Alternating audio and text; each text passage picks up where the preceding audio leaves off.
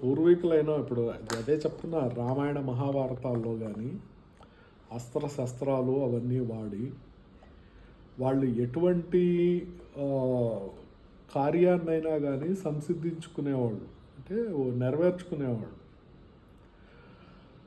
అలాంటి స్థితిల్లో నుంచి వాళ్ళు బ్రెయిన్లో ఉండే ఎన్ని న్యూరాన్స్ని వాళ్ళు, అంటే 100 కోట్ల న్యూరాన్స్లో ఎన్ని వాటిని ఉపయోగించుకుంటారు వాళ్ళు.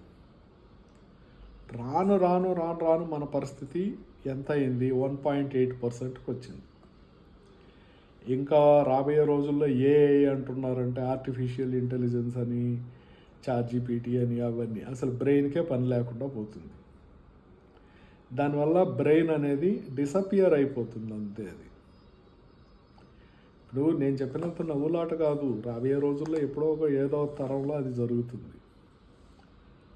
అదే ఒక రోబోటిక్ మేనర్లో తిరుగుతూ ఉంటాం అంతే. మనం కూడా అంటే ఒక యాంత్రికంగా ఉంటాం.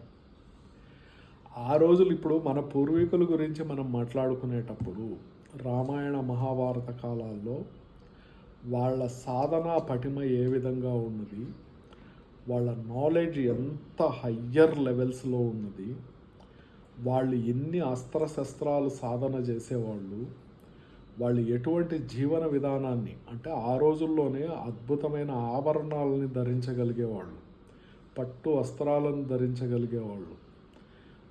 జీవన విధానం చాలా గొప్పగా ఉండేది.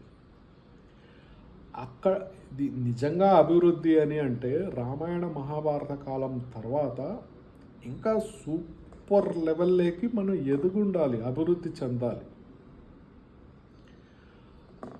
మనం అభివృద్ధి చెందకపోగా ఇంకా అధమ స్థాయికి, అంటే చాలా క్రింది స్థాయికి దిగజారిపోతూ వాళ్ళందరూ మా పూర్వీకులని ఘనంగా ఇప్పుడు మనం చెప్పుకోవడం తప్పనిస్తే ఏం చేస్తున్నారు?